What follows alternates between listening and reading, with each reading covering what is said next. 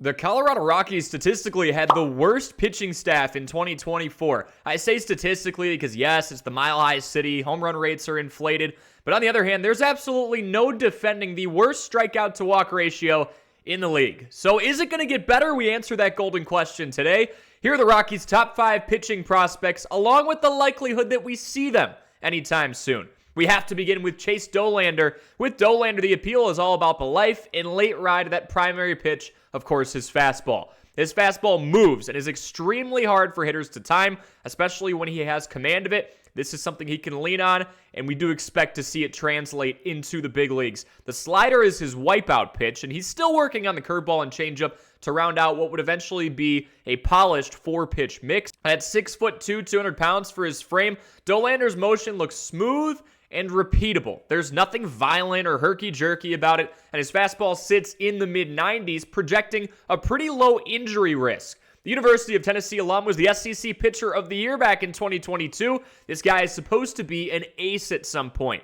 For cons, Dollander has been known to rely on that slider, currently his secondary pitch, a little bit too much compared to his tertiary and 4th choice in that 4-pitch mix. So much to the point that opposing hitters start to channel in and adjust to the slider. They lay off it a little bit more. He gave up the home run ball a decent amount in his junior year at Tennessee in 2023, but so far that issue has not followed him into affiliated ball. Estimated time of arrival is 2026, but if Dollander continues to progress like this, maybe we see him later this season. Brody Brecht is up next. This guy has a lightning rod for an arm. He gained national attention at Iowa for consistently putting up velocity numbers, getting compared to Paul Skeens and Ben Joyce. Not bad company to be in. Brecht can touch 100 routinely, and his slider makes for a tunneling nightmare against opposing hitters. Standing tall at 6'4", there's room for this guy to create plenty of deception and to bully hitters into those pitchers' counts. 0-2, 1-2, not a good situation for the opposing hitters. At Iowa, the man had a 14.7 strikeouts per 9 average. Command wavered at times, but you won't find many players in the world with better stuff than Brecht when he's on. Missing bats has not, and I don't see it being an issue in the future. For cons, this doesn't need to be one, but Brecht might turn into a reliever. A fireball arm that doesn't stand the test of more than a couple of innings in the minors when you talk about his command would almost guarantee that. Again, it's not a bad thing, but I'm sure the Rockies would love to get this level of play out of somebody for 5 or 6 innings at a time, considering how poor they were in the pitching department in 2024. Still, Brecht is a raw talent. This flamethrower will be a ton of fun to watch, but we might not see him for a couple of seasons, considering he's got to go through rookie ball first.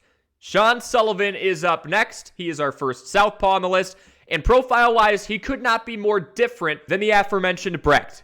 This lefty relies on command, weak contact, and everything but velocity. In the year 2025, you need those characteristics. You need command if you have a fastball that really only lives in the low 90s, considered slower at this point. Despite the lower velocity, Sullivan made the fastball his weapon at Wake Forest, did not shy away from it. And so far in the minors, it's working, right? If it's not broke, don't fix it. Between both high A and double A ball, Sullivan went 9-2 with a 2.11 earned run average. The Rockies have opted for more flamethrowers in the past, but this guy has passed every single eye test in the minors so far.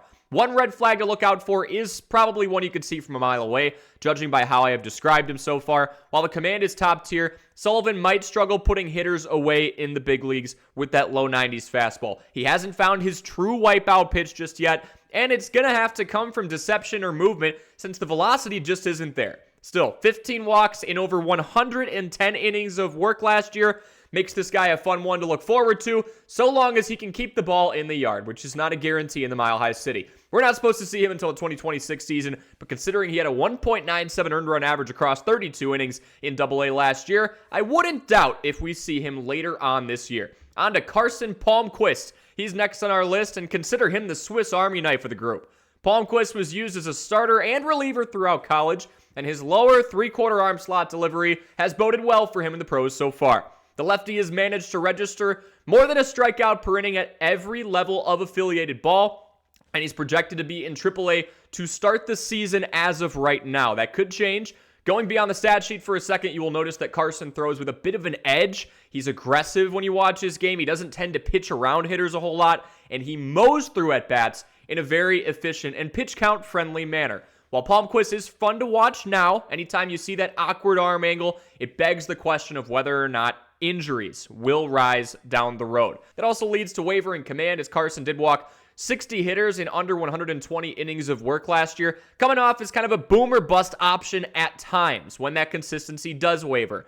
He's also looking for that third pitch. It's fastball slider for the combo right now, but so far that has proven to be a lethal 1-2 punch. And good news, Palmquist is expected to don the purple and white sometime this season. And last but certainly not least, let's round out the video with Prosecky, a big left-hander who currently is aiming to develop a 4-pitch mix of his own. The fastball has late life and sits in that 91 to 96 mile an hour range comfortably, while his slider serves as the secondary put-out pitch. A 6'3", 205-pound stature will be appealing to almost any baseball scout, and the Rockies certainly liked what they saw when he was in Louisville. With over 150 innings of pro ball under Michael's belt, he has experience and has taken his lumps along the way. For cons, durability is the big caveat here. Prosecky has an injury risk that dates back to his days at Louisville in the season of 2021. Command has been off at times, but a strikeout-to-walk ratio of nearly 4 in 2024 will hopefully be a sign of things to come as he progresses through his professional career. Despite the experience, the lengthy lefty has only risen as high A ball. But despite that, MiLB.com has his expected time of arrival happening sometime